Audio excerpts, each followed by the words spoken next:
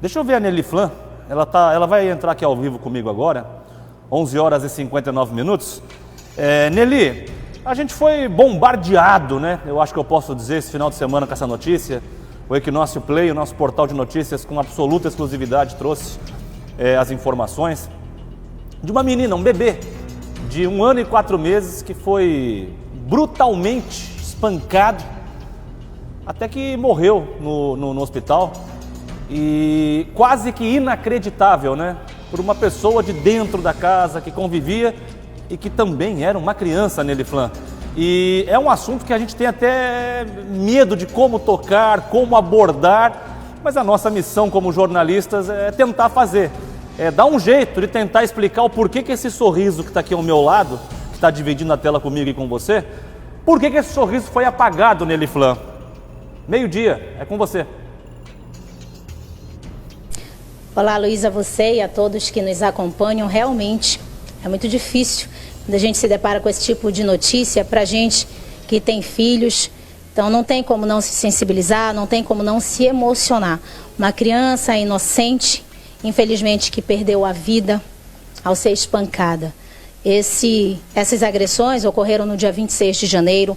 A criança ficou até sábado no hospital, mas infelizmente não resistiu e veio a óbito. A Isabela Martel, de 1 ano e 4 meses, estava prestes a completar 1 ano e 5 meses. Ela estava na casa com a irmãzinha de 3 anos de idade e a tia de 13 anos, que estaria tomando conta das meninas. A mãe deu uma saída e deixou a irmã, por parte de pai, cuidando das meninas. E quando retornou, infelizmente, recebeu a informação que a filha estaria no hospital em decorrência de agressões. E a gente está aqui com a mãe, a gente conseguiu conversar com ela, ela aceitou gravar com a gente sem mostrar o rosto. A gente sabe que é um momento difícil, até para ela falar. Ela ainda está vivendo esse luto, esse sofrimento. Enterrou a filha ontem, domingo, mas ela vai conversar com a gente, relatar um pouquinho, né? A gente sabe que é dolorido para ela. Mas é como você falou, Luiz, são fatos que a gente precisa noticiar para que não voltem a acontecer. Eu vou conversar um pouquinho aqui com a mãe, sem identificação, vai contar para a gente como é que ela recebeu essa notícia. Ela que havia saído de casa confiado na irmã, que estava há 3 dias morando com ela e teria ficado cuidando das 2 crianças, a menina de 3 e a de 1 ano e 4 meses.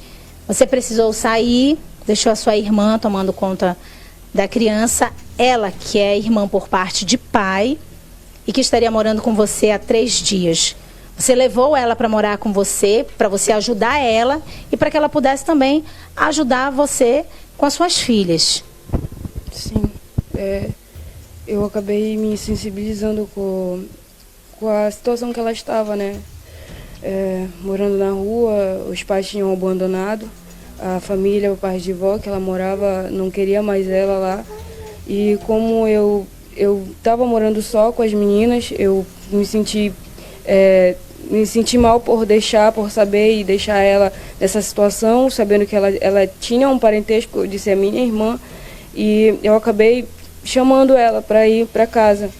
E no 3º dia dela lá, nesses 3 dias que ela passou, ela apresentava um comportamento de mudanças até, porque eu conversei com ela, eu falei que eu tinha 3 crianças e eu ia te dar uma semana para ela, de teste, para ver como que ela ia lidar, como que ela ia se dar com as minhas filhas, para saber se ela ia poder continuar morando comigo. E acabou que ela apresentava um comportamento de mudanças até, acordava cedo, arrumava a casa sem eu pedir, a neném chorava, ela já ia, pegava a neném. E eu via que ela estava querendo a mudança mesmo, ela estava mudando. E eu acabei dando a metade da minha roupa para ela, eu acabei dando praticamente banho nela, eu penteei o cabelo dela e ela conversava muito comigo, ela aparentava ser uma menina normal até então, né? Até o 3º dia que ela apresentou esse comportamento e eu acabei tendo que sair e tendo que deixar ela. Eu perguntei dela se tu dá conta, Bia, tu tem condições de ficar? tu nunca ficou com as minhas filhas, tu vai ter condições?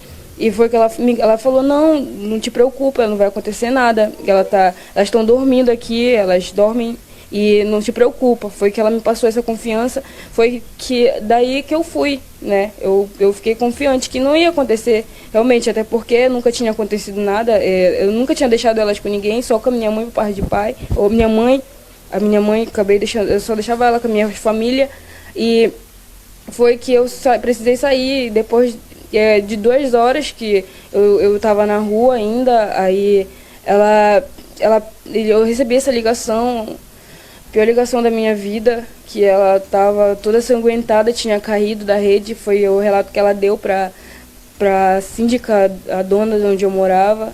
Aí eu me desesperei, falei que se ela estivesse muito mal, vai para o pronto-socorro, faz alguma coisa. E foi que ela falou, eu fui, né? Eu desliguei o celular, foi que ela falou, vai direto para o pronto-socorro. E eu cheguei lá, e eu achando que ela tinha literalmente caído da rede, no máximo ela estaria com sangramento ou alguma coisa, não tão grave assim. Foi que eu cheguei e me deparei com aquela cena horrível. Qual era a cena? Ela tava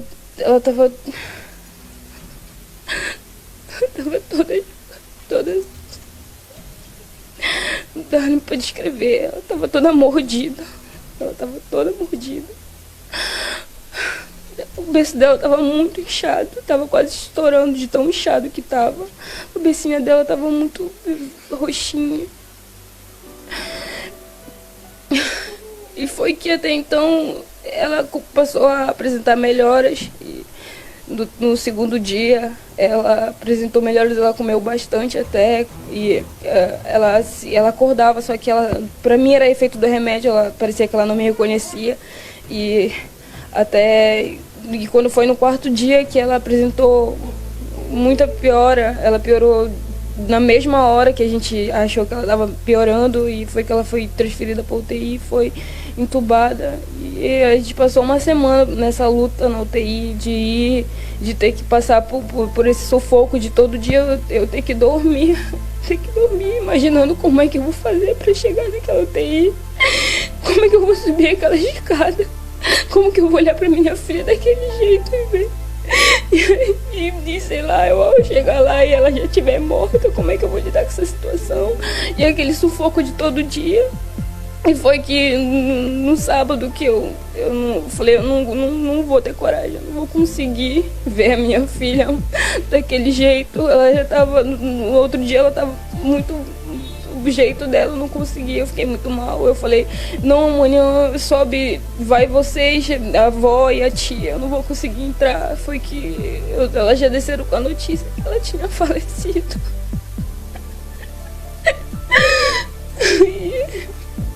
A gente entende, né, esse momento sofrido de relembrar tudo isso. A gente vai esperar um pouquinho aqui que a mãe se acalme. Se ela tiver condições de continuar, é claro, a conversa com a gente sobre o que, enfim, do que teria acontecido, né? Infelizmente, uma tragédia.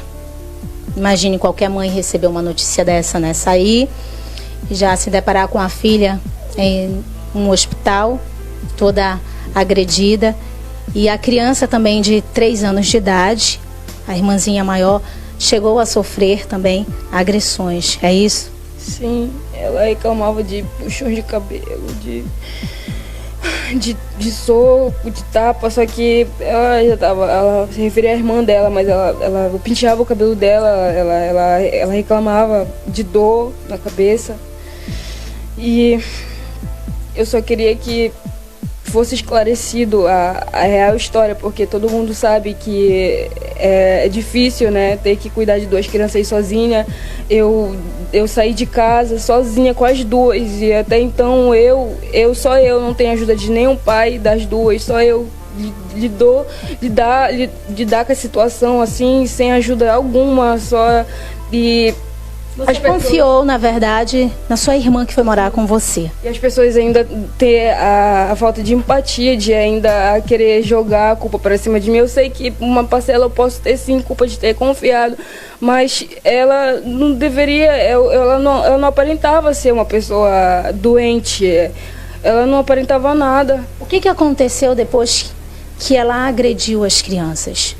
Ela ainda continuou ainda em casa ainda. Isso aconteceu, ela foi acudida às 4 e ela ficou até às 7 horas lá. A minha irmã chegou, ela ainda estava lá. 7 da noite? Sim, 7 horas da noite. Aí a minha irmã não estava entendendo, não tinha certeza, só mandou ela ir para casa dela e ir embora, foi que ela foi, né? E eu soube que no outro dia a dona de lá falou que ela abriu a porta e se deparou com ela de novo lá. E eu soube que lá no Macapaba, para onde ela foi, ela falava muito que tinha ódio de mim, que queria se vingar de mim.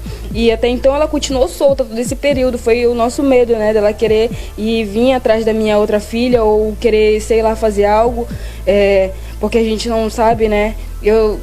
Enfim, né, o que eu só queria é que fosse esclarecido para as pessoas pararem de falar besteira e também respeitar meu luto, respeitar a minha dor, porque todo mundo sabe que isso daí não tem outra dor igual. E eu só quero que isso pare de repercutir da forma que está repercutindo e que deixe a minha filha descansar em paz, porque agora ela é um anjinho e ela precisa de paz.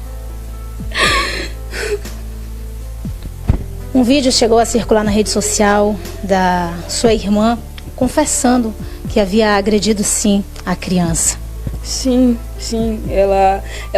Pegaram ela lá no Macapaba, acho que os meus conhecidos e acabaram de sabiam que tinham sido ela e eu pedi para perguntar o porquê de tudo isso, o porquê de toda isso, o porquê dessa situação. Eu não estava entendendo nada e foi que ela falava muito que ela tinha raiva, que ela tinha ódio de mim, que ela queria se vingar da morte do meu pai e até agora eu não entendo, porque o posto do meu pai não teve nada a ver com a gente também sofreu da mesma forma, ela também nem conhecia, ela era muito pequena na época e não dá para entender. Você sabe onde ela está hoje? Até agora eu não tive, até agora, a última notícia que eu tive dela era que ela estava num bar, bebendo, jogando bilhar, como se nada tivesse acontecido e e até agora eu não sei mais de nada, só me fala uma coisa e eu não sei exatamente de nada até agora. Eu não sei se tomar as devidas providências, porque isso já deveria ter acontecido desde o dia, porque eu registrei o BO, era para ter ido atrás dessa menina, até porque ela é perigosa, ela é perigosa. Uma pessoa para fazer uma coisa dessa, ela é extremamente perigosa. Então, qualquer pessoa vai se sensibilizar com a forma, o jeito dela, que ela passa pra gente, e é capaz de alguém acudir ela em casa, sabe, e ela acabar fazendo a mesma coisa com outra criança inocente. Esse é o meu medo, sabe? Então eu só quero que peguem logo essa menina e façam o que tiver de fazer a justiça, né? Porque eu não quero que guinchem nada, porque eu sei que ela foi usada pelo diabo e eu não quero essa justiça do homem. Eu prefiro dar a justiça mesmo da terra e a justiça de Deus, porque eu sei que a dele não falha, eu sei que a dele tá certa já, então isso já basta pra mim. Eu sei que ela agora tá com Deus, ela é um anjinho, tá descansando agora, ela tá melhor lá do que aqui mesmo na terra, desse mundo horrível que a gente se encontra, esse mundo que... Ai, meu Deus, eu fico indignada de saber que essa história, isso daí é um fato que acontece no mundo, é um fato que acontece por aí, e eu só quero que peguem ela e essa situação logo se acabe, porque eu quero que a minha filha descanse em paz, não quero mais essa repercussão toda, porque eu não quero abrir a rede social e me deparar com o rostinho da minha filha machucado, porque até foto dela em grupos de redes sociais por aí, tá espalhado foto da minha filha sem sequer embaraçar o rostinho dela, tão lindo, todo assim exposto dessa forma. Eu fico indignada com isso.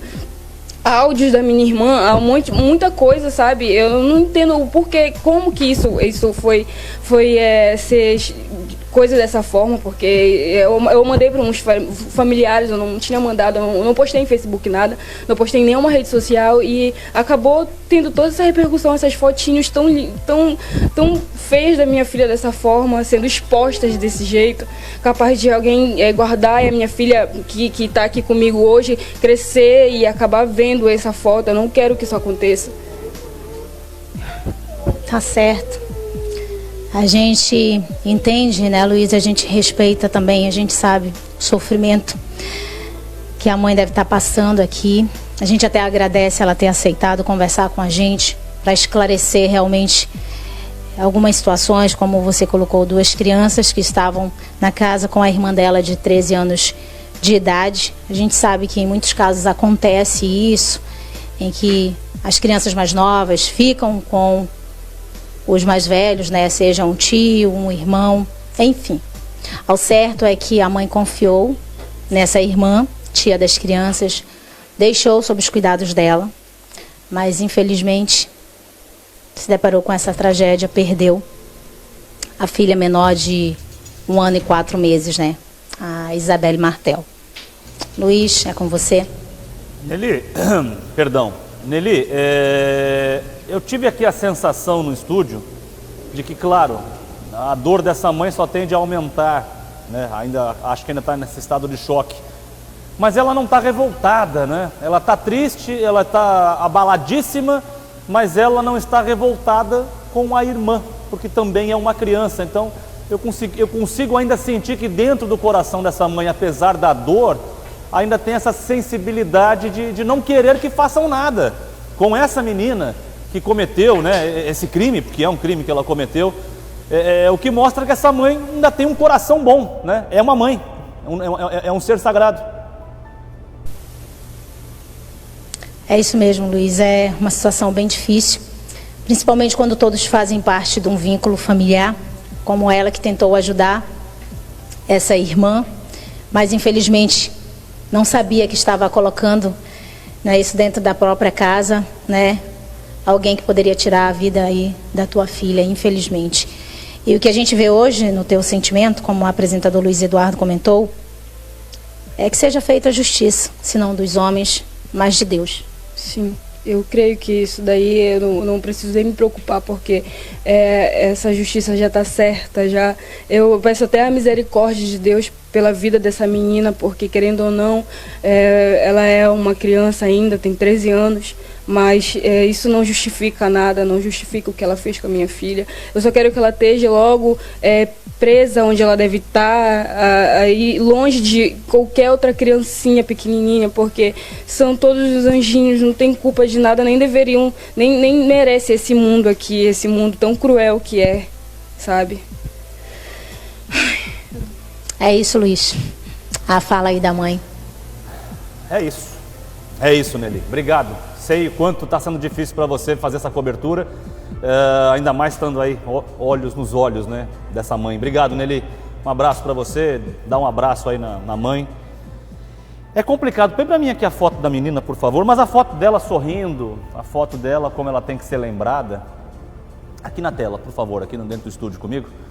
Porque essa mãe, ela tinha a irmã de 13 anos, por parte de pai, que estava solta, né?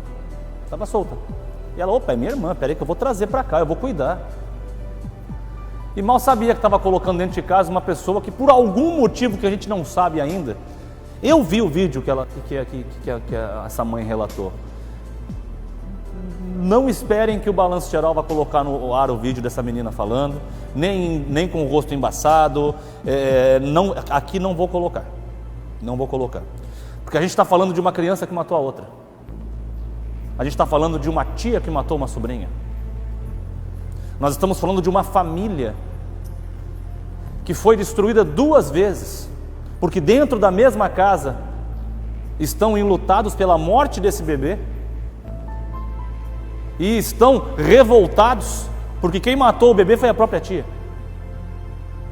Então essa família agora, talvez só os especialistas em psicologia, talvez só as pessoas que estudam a mente humana possam conseguir interpretar o que essa mãe está sentindo nesse momento.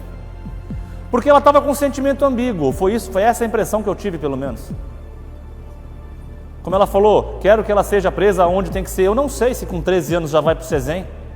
Eu acabei de perguntar aqui para o nosso jurídico da emissora, para ele me passar a informação. Eu acho que com 13 anos não vai ainda para o SESEM. Porque é muito jovem, eu acho. Mas foi um crime hediondo? Foi.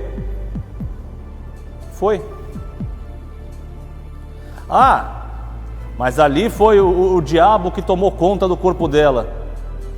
Eu acredito nisso. Mas também respeito a sua fé, a sua religião, você de casa, você fala, não, isso não existe. Cada um tem a sua fé. A mãe da bebê acredita. Então, o que eu quero pedir? Eu já vou chamar a repórter Lana Coelho, peço só um minutinho para ela, que ela já está me ouvindo, ela vai trazer a notícia dela agora na sequência. Eu quero pedir uma coisa a você, que recebeu esse vídeo, você que recebeu as fotos da menina, por favor, apague. Apague. Quem tem que receber esse vídeo, essas fotos, é a polícia, e a polícia já recebeu. É o conselho tutelar, e o conselho tutelar já recebeu. A delegada que está com o caso hoje mais cedo, segundo a minha produção informou, não vai falar sobre o assunto. Não sei o porquê que ela não vai falar. Parece que está em oitiva, está em investigação. Se for isso, realmente eu concordo. Mas ela tem que se pronunciar e eu deixo aqui aberto o espaço no Balanço Geral para a delegada do caso falar. O conselho tutelar tem que falar. Porque houve uma assistência, não houve, e essa menina agora de 13 anos, o que será feito dela? A família não vai mais querer cuidar dela, mas a família pode falar, não, fica na rua, não. Mas vai presa? Não vai presa. Apreendida no caso. É um caso que nos dói e, lamentavelmente, o jornalismo não é só de boas notícias, a gente vai continuar nesse caso. A gente tem que acompanhar esse caso e a gente, lamentavelmente, terá que falar desse caso nos próximos dias aqui no Balanço Geral, porque a gente tem que acompanhar a repercussão do caso. Eu só peço que Deus ilumine a cabeça dessa mãe e que Deus receba esse anjinho. Já recebeu na hora que fechou os olhos. Tenho certeza absoluta que Deus e todos os anjos já receberam a Isabela e que ela já está agora brincando nas nuvens. Tenho certeza absoluta disso.